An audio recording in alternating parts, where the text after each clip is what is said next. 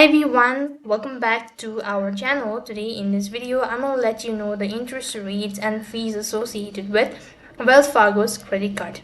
So according to the Wells Fargo, the interest rate and fees associated with Wells Fargo credit card is 0% intro, that is APR for 15 months from account opening and purchases, and qualifying balance transfer 20.24% or 25.24% or 29 plus 99% a variable, that is APR thereafter. Now balance transfer made between 120 days qualifies for your intro rate and fees.